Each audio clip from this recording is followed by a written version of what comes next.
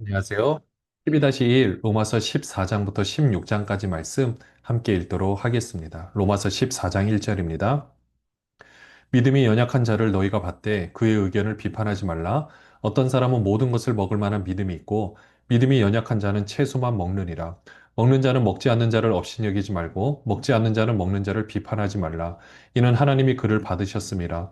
남의 하인을 비판하는 너는 누구냐? 그가 서 있는 것이나 넘어지는 것이 자기 주인에게 있음에 그가 세움을 받으리니 이는 그를 세우시는 권능이 주께 있음이라. 어떤 사람은 이날을 전날보다 낮게 여기고 어떤 사람은 모든 날을 같게 여기나니 각각 자기 마음으로 확정할지니라.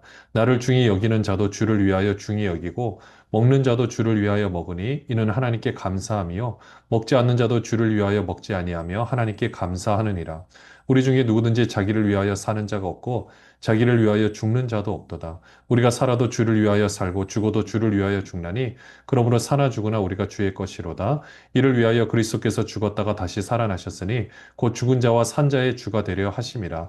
내가 어찌하여 내 형제를 비판하느냐? 어찌하여 내 형제를 업신여기느냐? 우리가 다 하나님의 심판대 앞에 서리라. 기록되었을 때 주께서 이르시되 내가 살았노니 모든 무릎이 내게 꿇을 것이요 모든 여가 하나님께 자백하리라 하였느니라. 이러므로 우리 각 사람이 자기 일을 하나님께 짓고 하리라.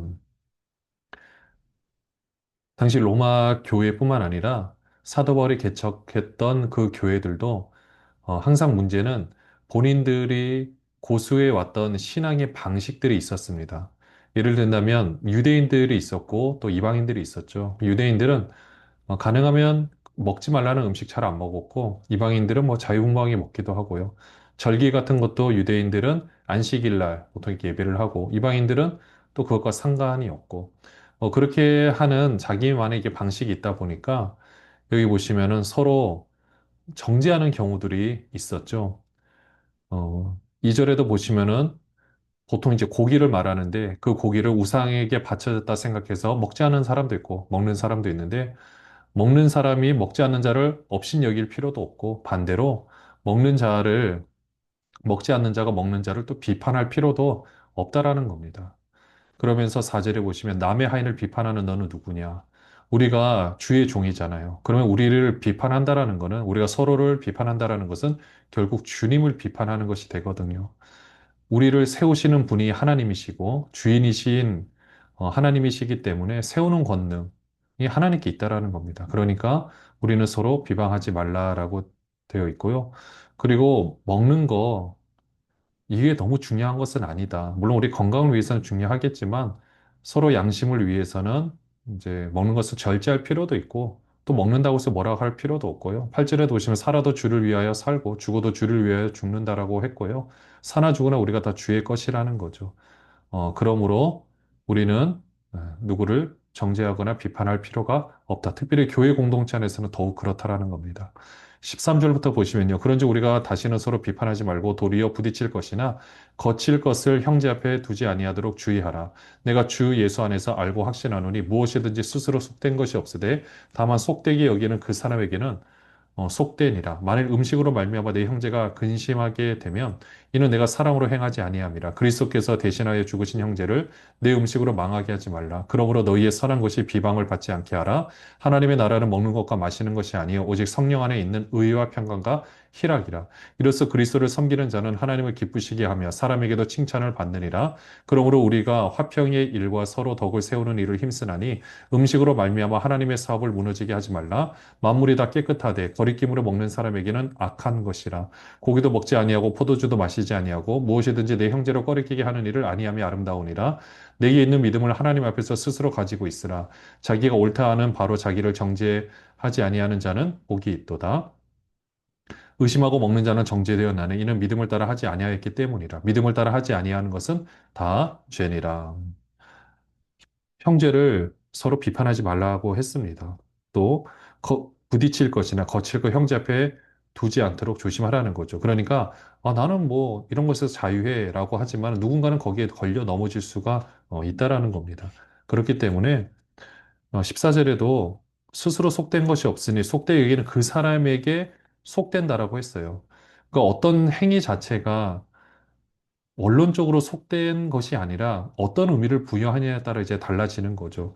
근데 그 부분이 만약에 음식이다. 그러면 근심하게 될 것 같으면 사랑으로 행하지 않는 거예요. 그러니까 나만 괜찮다고 생각하는 거, 예, 그 남의 양심까지 챙겨줘야 하는 거죠. 그러니까 그 형제는 어떤 형제냐? 우리가 봤을 때 옆에 있는 그 시험에 드는 형제가 있다라면 그리스도께서 대신하여 죽으신 형제라는 겁니다. 그러니까 그들을 너의 음식으로, 너가 먹는 음식으로 망하게 하지 말라라는 거죠. 결국 17절에 하나님의 나라는 먹는 것과 마시는 것 아니다. 이런 것 때문에 거리낌이 있다라면 그렇게 하지 말고 성령 안에 있는 의와 평강과 희락이라. 그 안에서 누릴 수 있는 의와 평강과 희락이기 때문에 그렇죠. 20절에 보시면 하나님의 사업이 나오거든요. 음식으로 말미암아 하나님의 사업을 무너지게 하지 말라. 주님의 몸된 교회가 세워지고 아름답게 공동체 생활을 하는 것이 하나님의 사업인데 이 음식으로 또 누군가를 비판하고 정죄함으로 무너지게 된다면 그 책임이 얼마나 크겠습니까? 그렇기 때문에 우리 정죄함으로 해서도 안 되고 그렇게 할 필요도 없다라는 겁니다.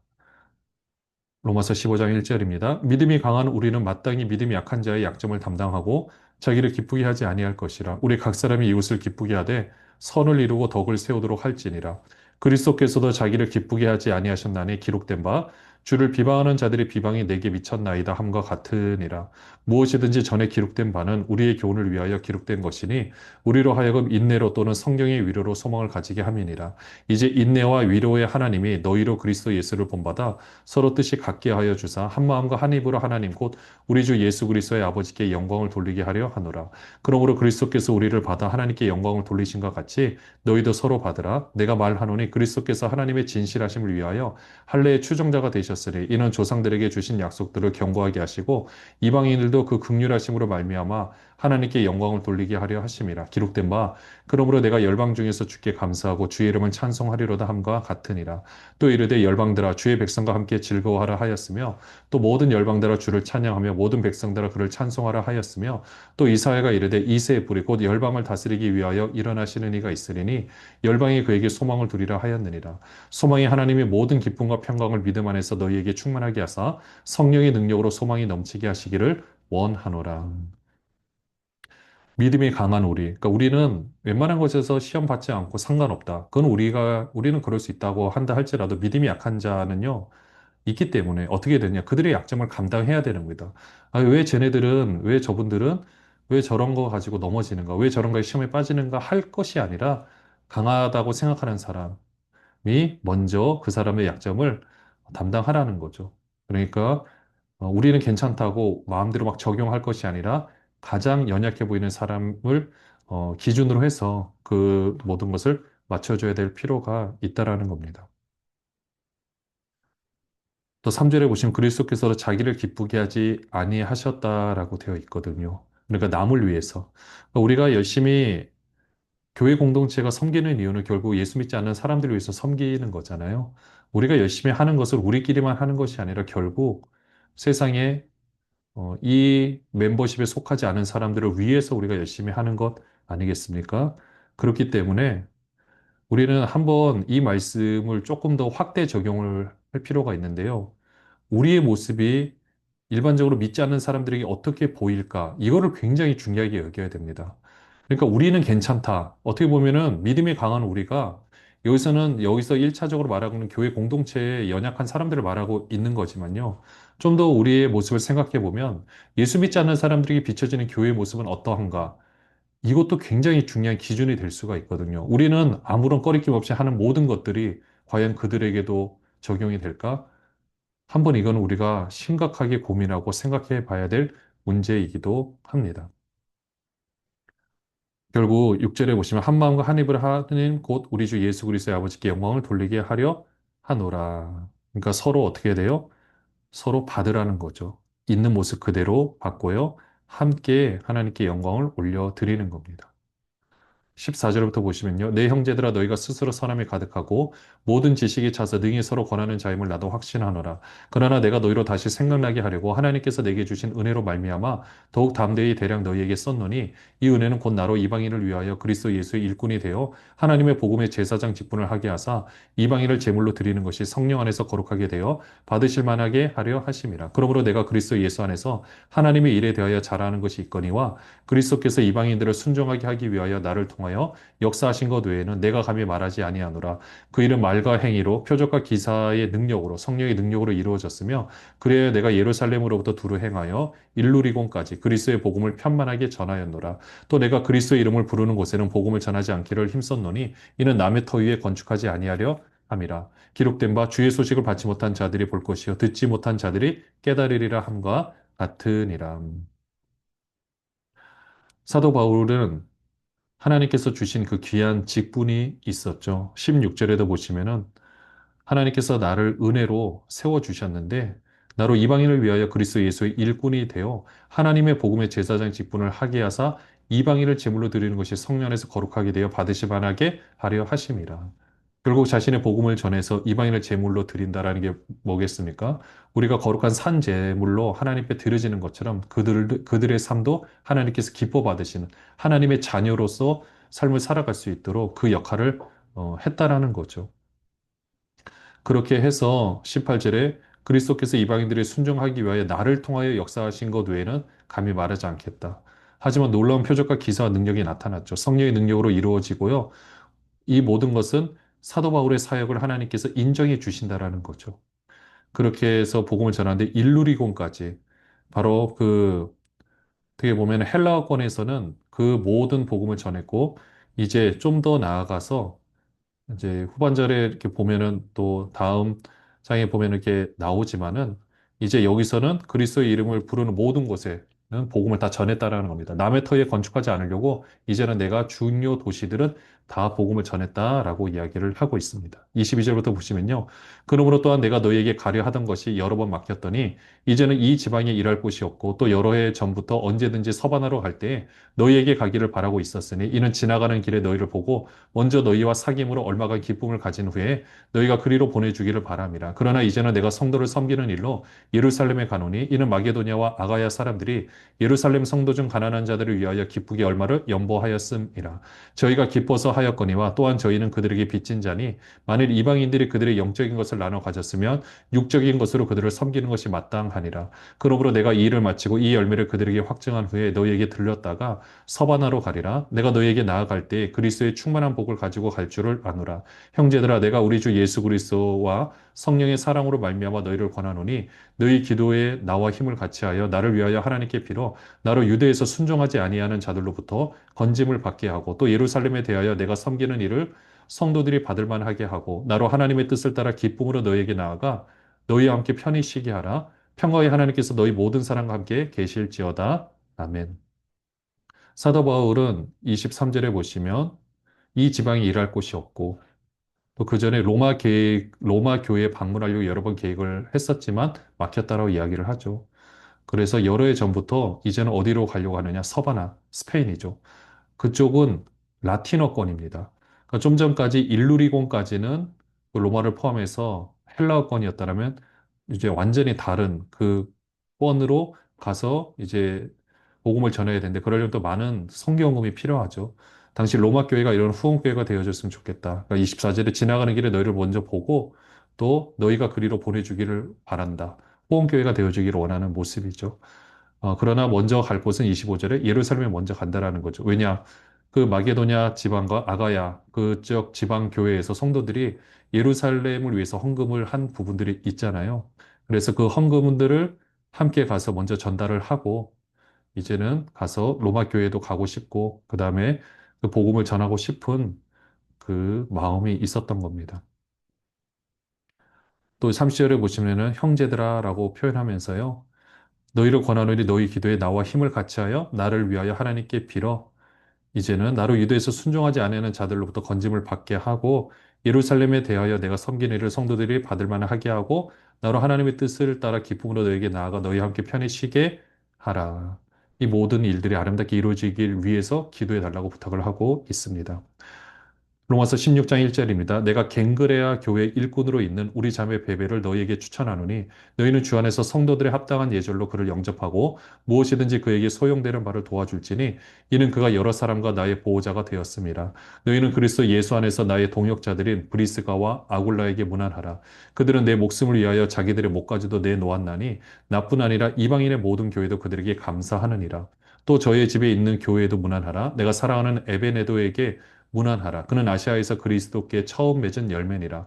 너희를 위하여 많이 수고한 마리아에게 문안하라. 내 친척이여 나와 함께 갇혔던 안드로니고와 유네아에게 문안하라. 그들은 사도들에게 존중이 여겨지고 또한 나보다 먼저 그리스도 안에 있는 자라. 또 주 안에서 내 사랑하는 암블리아에게 문안하라. 그리스도 안에서 우리의 동역자인 우르바노와 나의 사랑하는 스다구에게 문안하라. 그리스도 안에서 인정함을 받은 아벨레에게 문안하라.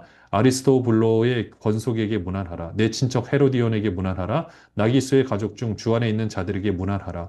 주 안에서 수고한 드루베나와 드루보사에게 문안하라. 주 안에서 많이 수고하고 사랑하는 버시에게 문안하라.